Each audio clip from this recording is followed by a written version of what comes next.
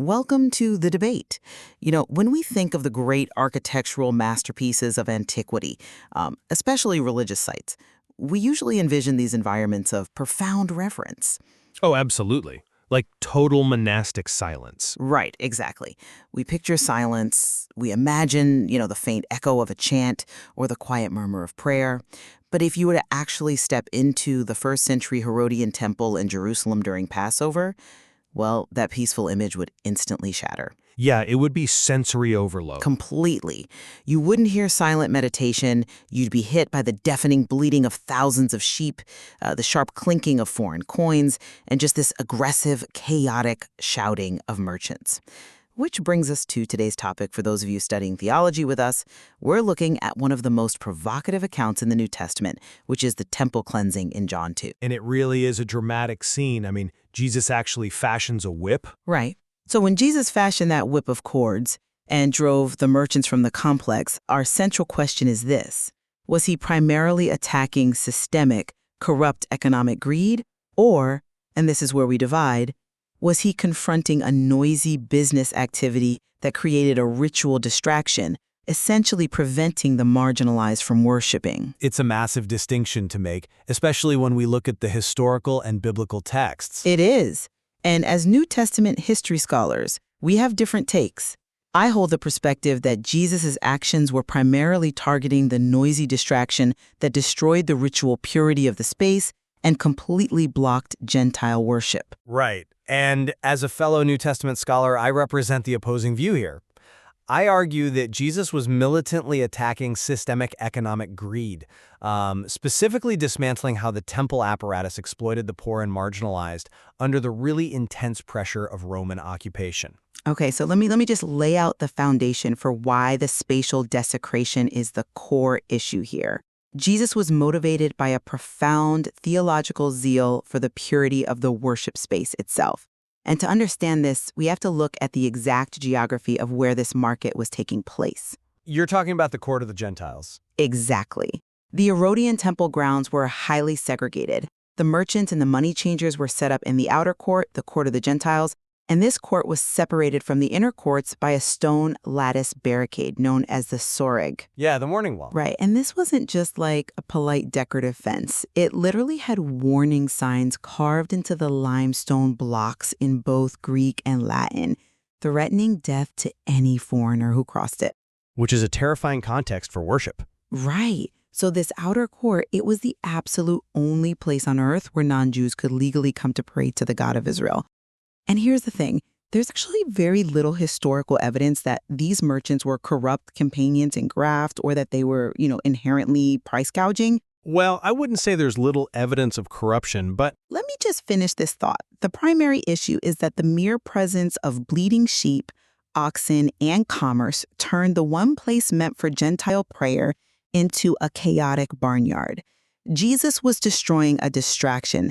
The business activity inherently destroyed the temple's intended theological design as a house of prayer for all nations. I hear that, but I come at it from a completely different way. While the spatial geography is important, I don't deny that, you absolutely cannot detach that temple market from the socioeconomics of the Roman occupation. How so? Well, the system was inherently designed for extraction. By Jewish law, stemming from Exodus 30, every registered male over 19 owed a half-shekel temple tax. Right, the annual tax. Exactly. But because of the Roman occupation, worshippers traveling to Jerusalem were carrying all sorts of foreign currencies, and the temple authorities absolutely refused to accept standard Roman coinage. They mandated that the tax be paid exclusively in Tyrian shekels. Because of the silver content?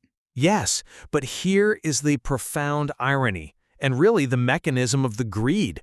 The Tyrian shekel bore the stamped image of Melkart, the Tyrian Hercules. It was literally a pagan idol. Wow. Yeah, that is a glaring contradiction. Right?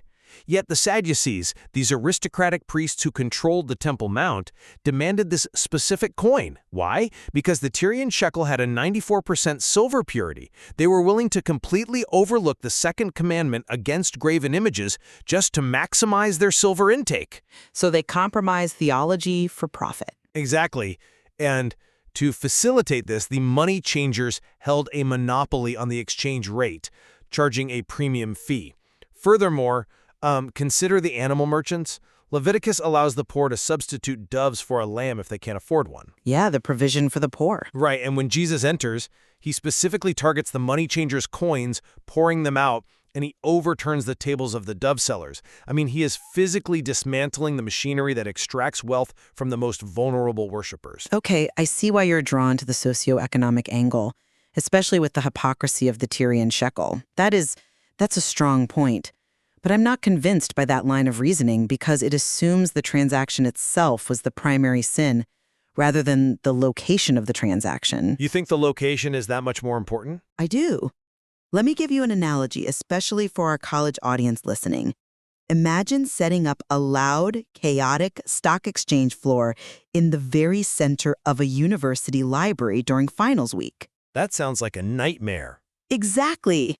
But the primary issue there isn't whether the stock prices are fair or whether the brokers are charging an honest commission. The fundamental issue is that the activity completely destroys the intended purpose of the space. Okay, I see the parallel you're drawing. Right. And Jesus' specific command to the dove sellers in John 2 is, get these things out of here, stop turning my Father's house into a marketplace. Notice the exact wording there. He doesn't mention the prices. Right. He doesn't say, stop overcharging or lower your exchange rates. He attacks the very existence of the market within the sacred precinct. Look, if the religious leaders just wanted a convenient market, they could have set it up in the Kidron Valley, outside the temple walls. Which they didn't do. No, they didn't. By putting it in the court of the Gentiles, they were making a loud theological statement. The convenience of Jewish worshipers matters more than the spiritual access of the Gentiles. The Jewish worshipers had quiet, reverent inner courts to pray in. The Gentiles were left to pray in a stock exchange. I hear the analogy and it's a good visual, but I would push back on the idea that the transaction and the location can be so neatly separated. You're ignoring the mechanics of how an emporion, which is the Greek word used here for a house of trade, how it actually functioned as an instrument of control. An instrument of control? How so? The location enabled the transaction. The Sanhedrin wasn't just a religious council. They were the de facto local government and the primary economic beneficiaries of the temple tax. Well, sure, they benefited financially. Right, and by locating the market inside the temple precincts, they controlled the monopoly. They controlled who could sell approved, unblemished animals, and they controlled the exchange rates. And who gets hurt most by monopolies? The poorest people. Exactly, the poorest people. When Jesus specifically overturns the tables of the dove sellers, he isn't just making a point about noise, he's making a point about power. He's acting against systemic economic injustice that has cloaked itself in religious obligation. But if this is primarily about dismantling a corrupt economic monopoly, we have to grapple with the physical reality of what Jesus actually did and how he justified it. I mean, he didn't just stand up and deliver a critique of supply-side economics. No, he was very physical. He literally sat down, took the time to braid a whip out of cords, and physically drove them out. Many people today have this sanitized, overly gentle image of Jesus as a meek philosophical teacher. But here we see a militant purifier. A terrifying one, honestly. Yeah, and this wasn't a sudden, sinful fit of rage. The act of braiding a whip requires time and calculation. It was controlled, righteous indignation focused entirely on the holiness of the space. But that calculation is exactly what points to a deeper systemic judgment. If we want to understand that calculated zeal, we have to look at the prophetic warnings of the Old Testament, specifically Malachi 3. Okay, bring in Malachi. Malachi prophesied that the Lord would suddenly come to his temple as a refiner's fire and like launderer's bleach. And who does Malachi say will be purified? The priests. Right. The prophecy explicitly states he will purify the sons of Levi, the priestly class. Jesus' actions here aren't just a critique of the merchants making noise. It is a direct prophetic indictment of the religious leaders' complicity in this market corruption. The Sanhedrin allowed it, profited from it, and Jesus is acting as the eschatological judge over a religious system that has failed its mandate. Malachi is a really strong parallel, but notice the difference in execution and how the disciples interpreted it in the moment. Malachi talks about purifying the sons of Levi. But John explicitly notes that Jesus' disciples immediately remembered Psalm 69, "Zeal for your house will consume me." David's psalm. Yes. David wrote those words, and the disciples see Jesus fulfilling them not just as a prophet doing a moral cleanup, but as a king claiming his property. He uses this display of divine authority to demand reverence. When he calls it my Father's house, he is asserting that he has the authority to purify the temple because the temple and ultimately all of creation belongs to him. He is declaring ownership. I agree, he's claiming ownership. But that claim of authority raises a massive historical red flag. If Jesus is claiming absolute authority over the central economic engine of Judea, the timing of when he does this changes everything about how we interpret the event. You're talking about the chronology issue between John and the Synoptics. Exactly. This wasn't just a minor disruption. He literally shut down the central bank of Jerusalem during its busiest season. In the Synoptic Gospels, Matthew, Mark, and Luke, this event happens at the very end of Jesus' ministry, right after the triumphal entry. Right, during Holy Week. Yes, and it is the direct catalyst that provokes the Sanhedrin to crucify him. It makes perfect historical sense. Disrupt the money, and the power structure will kill you within the week. But John places this event in chapter 2, at the very beginning of his ministry. Well, that assumes we have to read ancient biographies strictly chronologically, which is really a modern bias. As a historian, I look at how ancient writers arranged material thematically to make profound theological points. Wait, so you're arguing it only happened once, but John moved it? Exactly. John places the temple cleansing right after the wedding at Cana, which was Jesus' first public miracle, where he turned water used for Jewish purification rites into wine. By immediately following that with the temple cleansing, John is establishing Jesus' supreme authority to replace the old systems with himself. Setting the thematic stage, essentially. Right. Furthermore, by putting it early, John frames Jesus' response to the leaders. When they demand a sign to prove his authority, he says, "Destroy this temple and I will raise it up in 3 days." John is deliberately using this early event to point the readers straight toward the cross and the empty tomb right from the beginning of the narrative. That is a common thematic reading, I'll grant you, but it overlooks the historical logistics of managing a city under Roman occupation. I hold the view that the temple cleansing was not a single historical event moved around for thematic purposes, but that it actually occurred twice. 2 separate cleansings? Think about the crowd dynamics. If Jesus disrupted the temple early in his ministry, as John records, it serves as an initial, bold announcement of his messianic authority to the Sanhedrin. He is giving them a chance to repent. When they refuse and demand a sign instead, the stage is set. And then he comes back? Exactly. 3 years later, as recorded in the Synoptics, he returns to pronounce final judgment. The early cleansing is a warning, the late cleansing is the trigger for the crucifixion. Both serve distinct, historically credible functions without needing to rewrite John as purely thematic. Well, whether we view it as one event, placed thematically, or 2 distinct historical actions, the dialogue that immediately follows in John is vital. When Jesus says, "Destroy this temple," the Jewish leaders respond incredulously, saying, "This temple took 46 years to build, and will you raise it up in 3 days?" They were completely missing the point. Completely. They are totally focused on the physical masonry. And to be fair, we have to acknowledge what a staggering architectural marvel this was. I mean, Herod the Great began expanding the temple around 20 BC. The retaining walls alone used stone blocks weighing hundreds of tons. Josephus wrote about it, right? Yeah, the Jewish historian Josephus described it as looking like a mountain of snow from a distance because of its gleaming white marble and massive gold plates. It was the absolute undeniable center of Jewish identity, economics, and worship. Yet they completely misunderstood him. They were looking at a physical building, while the true temple, the ultimate meeting place between God and humanity, was standing right in front of them in the flesh. Exactly. Jesus wasn't just predicting his physical resurrection, he was fundamentally redefining the locus of worship. In the Old Testament, the temple was the unique, localized place where God's presence dwelled, going all the way back to the glory falling upon Solomon's temple in 2 Chronicles. Right, the Shekinah glory. Yes, but Jesus' incarnation, his death, and his resurrection rendered that physical, geographical building obsolete. When the veil of the temple was torn in two at his death, the barrier was destroyed. The theological shift is massive. Jesus' own body became the temple.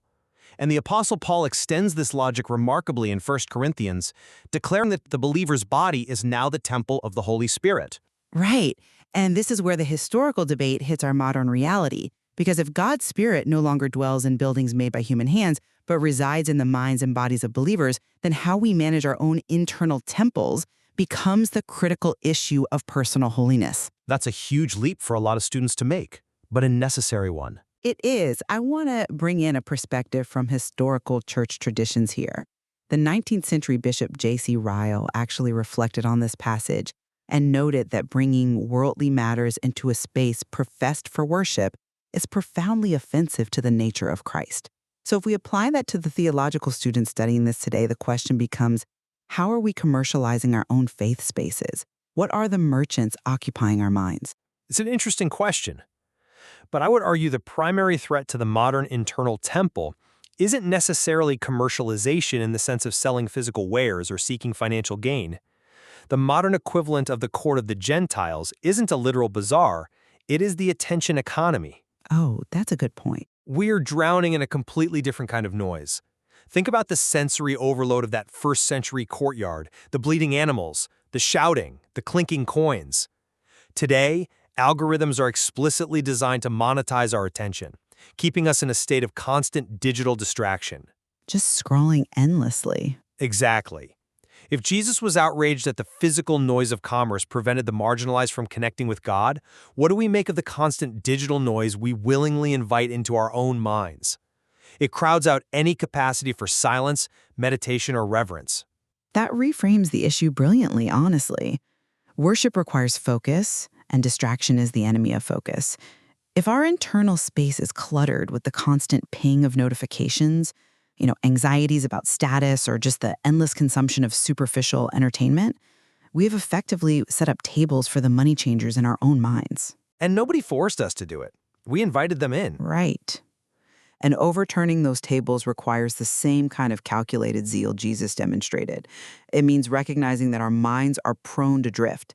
The merchants didn't take over the Temple Mount in a single afternoon. It was a gradual accommodation. A little bit at a time. Exactly. First, one table was allowed in the outer court because it was convenient, then a pen for sheep, then another money changer. We drift from standards of holiness in much the same way. We compromise a little on our focus, a little on where we direct our attention, and suddenly our inner life resembles a chaotic marketplace. The gradual accommodation is key, and driving it out isn't a passive exercise. Surrendering to that kind of purifying authority isn't always comfortable. It can feel like a whip of cords to our modern sensibilities, especially when we are so attached to our distractions. Because it hurts to let go of them. It does? But the theological anchor here is that Jesus wasn't just performing a moral cleanup for the sake of strict rule following. He was acting as the great high priest. He was clearing the temple to point toward the day when he would offer his own life as the once and for all sacrifice. He dismantled the entire system of sheep, doves, and Tyrian shekels so that direct, immediate access to the divine would be available without a transaction fee, without a barricade, and without a middleman. Well said. Let me pull our perspectives together as we close out this analysis. I maintained that the temple cleansing, historically and theologically, was primarily about removing noise and distraction. Jesus was restoring a place of prayer for all nations, vigorously defending the spiritual access of the Gentiles who had been spatially marginalized by the chaotic business of the Jewish sacrificial system, taking over their only place of worship. And I maintain that while the spatial distraction was certainly a reality, Jesus' physical actions, specifically pouring out the high-purity Tyrian coins and targeting the dove sellers, demonstrate that he was primarily confronting the systemic greed. He was dismantling a monopoly that leveraged the requirements of the Mosaic Law to extract wealth from the most vulnerable under the shadow of Roman occupation. Yet we both see that whether his primary target was systemic greed or ritual distraction, Jesus claims absolute authority over the temple because it belonged to him. His actions were a dramatic foreshadowing of the ultimate sacrifice of his own body, effectively ending the physical temple era and inaugurating the age where believers themselves become the dwelling place of God. Exactly. We may weight the historical motives of the merchants differently, and we may certainly debate whether John's account is a thematic relocation or evidence of a second, earlier cleansing. But we align completely on the profound theological implications. The uncompromising zeal of Jesus challenges anyone studying this text to evaluate their own internal worship space. Absolutely. We encourage everyone listening to deeply consider this narrative. Look at the historical mechanics of the Tyrian shekels, the physical barricade of the soreg, and just the sheer audacity of Jesus' actions. Ask yourself, what tables need to be overturned in your own life to protect your focus and reverence? There is so much more to explore in the historical accounts of the Gospels, and we leave it to you to weigh the evidence. But as you do, keep that analogy in your mind. If you wouldn't tolerate a chaotic stock exchange operating in the middle of a library during finals week, how much less should we tolerate the noise, the commerce, and the digital distractions of the world setting up shop in the sacred space of our own minds? A vital framework to leave them with. Thank you for joining us. Keep questioning, keep studying, and keep seeking the truth.